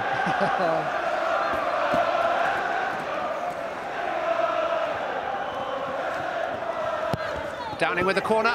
Federici punching. Oh, Raziak's won it. And here goes Jimmy Kebe. He's got Shane Long ahead of him. Kebe looking to go all the way. Milner came off across and ran him off the ball. He's going to get a yellow card. I think he knew what he was doing, James Milner. That's good refereeing. No, he knows the pace of Kebe. He was running up. Another yard or so, and he's one-on-one with Collins, and Milner just comes across and blocks him out. Takes a yellow card for the team, really. Mills and Gunnarsson have gone forward again.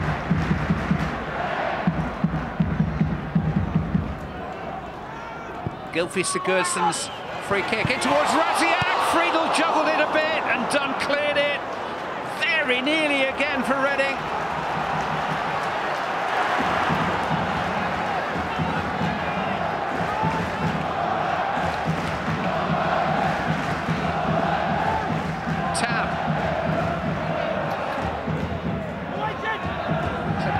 Raziak, easy enough for Quay this time. Oh, it was a good save, but it nearly slipped out of his hands from Raziak's header. Richard Dunn clouted it away. No wonder he's got no hair. He pulled it out by now.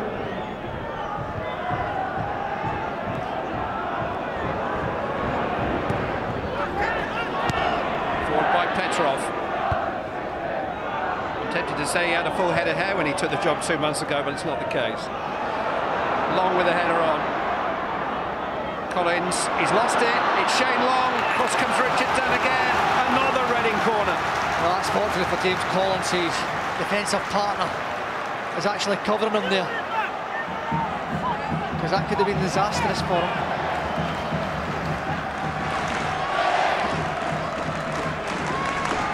Sigurdsson takes. Friedel punches. Good one too. And it'll fall for Milner. He's on his own, but he can while away a little bit of time. Going to keep chasing it. Andy Griffin has to go back. Not quite the chase you want on your 31st birthday. Against a much younger man. He just showed to me he's still got that pace as well. Into Raziak. Away by Dunn. 4 times the beaten League Cup finalists have made it back to Wembley to win the FA Cup in the same season. Spurs, Manchester United and Everton in the 80s, United again, most recently in 1994 when it was Villa who beat them in the then Coca-Cola Cup final. It's been the Worthington Cup and the Carling Cup since. Ever more intoxicating. Long. Cleared away by Petrov, only as far as Ingemarson. Well, in your dreams, I think. Yeah, it's just over-ambitious. You know, his team have got a little bit of pressure. That's just letting Aston Villa bide a little bit of time.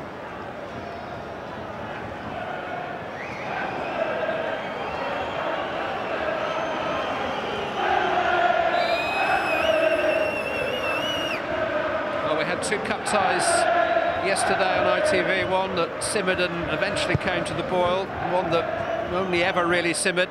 This one's been at boiling point almost from the outset. It's been a terrific game. And at no stage have Aston Villa had the comfort of feeling that they could just ease off the pedal a little bit and cruise home. Reading just won't let them. Griffin.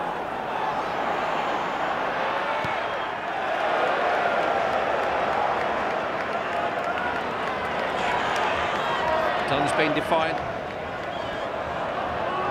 Never beyond the quarter-finals in his 9 years at Manchester City, Richard Dunn. It's like he's getting beyond them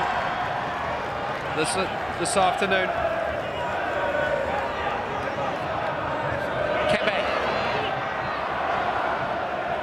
Forced away by Carew, but only as far as Gunnarsson. Young back there. All hands to that Villa pump.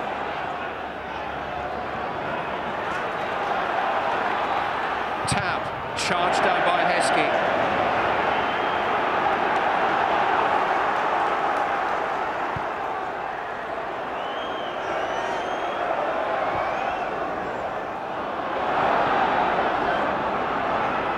Tab. Griffin. Warnock just stood his ground there.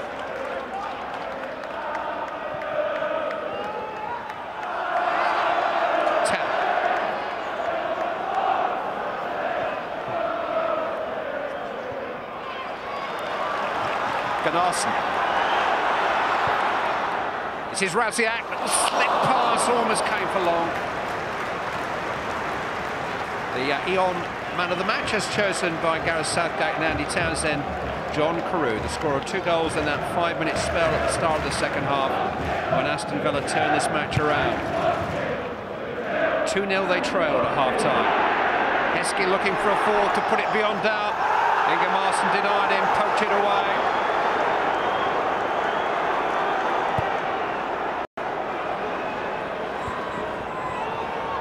critical goal on reflection, Kevin, probably the first Villa goal 70 seconds after the restart from this man, Ashley Young. Oh, definitely. You know, the first 5 minutes start to the second half was very valuable, but in that time they've got 2 goals or back in the game.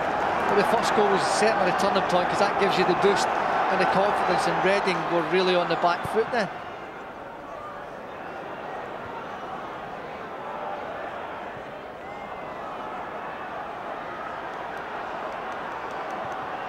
Aston Villa have gone 10 years since reaching the FA Cup semi-finals.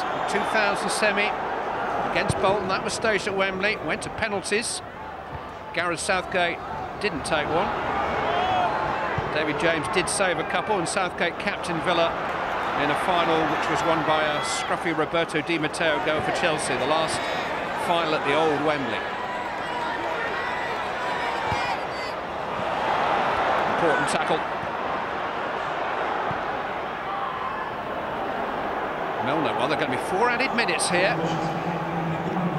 It's brought a little roar of encouragement for Reading, but they need the ball down the other end.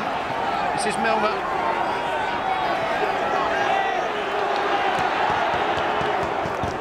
Heskey played into Carew. Down he goes. Penalty. Ivar Ingemarsson's challenge. Just unbalanced John Carew, who had the chance to complete a hat-trick for a penalty spot and complete the comeback for sure. It's just very clever play, isn't it? His hold-up play in the second half has been exceptional, and he's just enticing the defender in, isn't he? And, you know, he can't believe it, but this gives a big man a chance. He won the 2 penalties at the end of the replay against Crystal Palace and blasted them both past Julian Speroni. And now he can confirm his man of the match status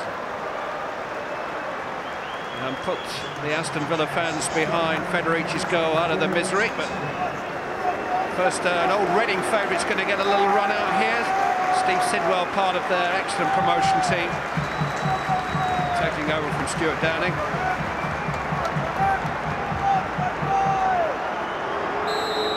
John Carew. Game, sets and match. Aston Villa.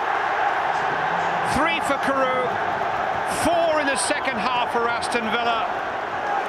Martin O'Neill's existence in the FA Cup was in grave danger at half-time, but whatever he said in the dressing room during the interval has done the trick. Well, it's just been a phenomenal turnaround, but you know, they've found a new penalty taker now, haven't they? You know, they've been missing him this season. Milner, Young, and now Carew to seal his hat-trick. 11 goals for the season now for Carew, 3 of them here this afternoon. The final scoreline doesn't begin to tell the story. Look at the first 2 numbers next to Shane Long's name. 27 minutes and 42 minutes. Reading led 2-0 here. With 3 goals in 10 minutes at the start of the second half. Changed all that. And despite their very best efforts, and they've had 2 or 3 veritable sights of goal in this second half, Reading are surely now beaten. Here's Shane Long. Dunn happy to concede a corner. The supporters down at the other end of the field who are celebrating and planning a return trip to Wembley just a week on from the heartbreak in the Carling Cup final. They'll be going to the FA Cup semi-final there. Sigurdsson with the corner. It's hit by Tab on the volley and turned away by Carew. Goal-getter turns goal-stopper. Even Federici now, he's taking his chance and he's joined in as well, so they're throwing everything into it now, and get another one to be a nice little end to the game. Adam Federici, the goalkeeper, who did score last season, but he won't reach that. Quayer has headed it away. Tab forward. Sigurdsson, Collins away. Now we're talking about Reading's exciting cup run. Aston Villa have had their excitements in the last 2 rounds, haven't they? Twice behind a Crystal Palace and Selhurst Park. That decision, the one that Neil Warnock could be talking about for a while, to should never have been. Produced an equaliser for Stilian Petrov that day. Today it was the half-time stirrings of Martin O'Neill, which somehow whipped up Aston Villa into action, trailing by 2 goals to 0 at half-time. 3 goals from John Carew, following 1 from Ashley Young, have turned it around. They will join Portsmouth in the semi-finals of the FA Cup. Reading will rejoin the Championship relegation scrap, but if they play anything like they have done this afternoon for the remainder of the season, Brian McDermott's team will be okay. Martin O'Neill's team may yet win a trophy before this extraordinary season is over. Wonderful moment for him in front of the supporters, wonderful comeback, and in the end, a really wonderful win for Aston Villa. 4-2 winners at the Medeski against Reading. What a game. Tremendous game. So much of the FA Cup is about spirit and belief, and this afternoon we've seen it from Aston Villa as well as Reading. Beaten at half-time but relieved semi-finalists at the final whistle. We've got Andy Townsend and Gareth Southgate on the Villa revival in a few minutes. And still to come on this Cup quarter-final afternoon, Chelsea against Stoke. The 4th quarter-final, Chelsea have named Hilario in goal. He'll be under the anticipated long throw onslaught of Rory Delap. Alex in defence, no Joe Cole, he's on the bench. All the reaction to Reading against Villa, all the anticipation of Chelsea against Stoke, coming next.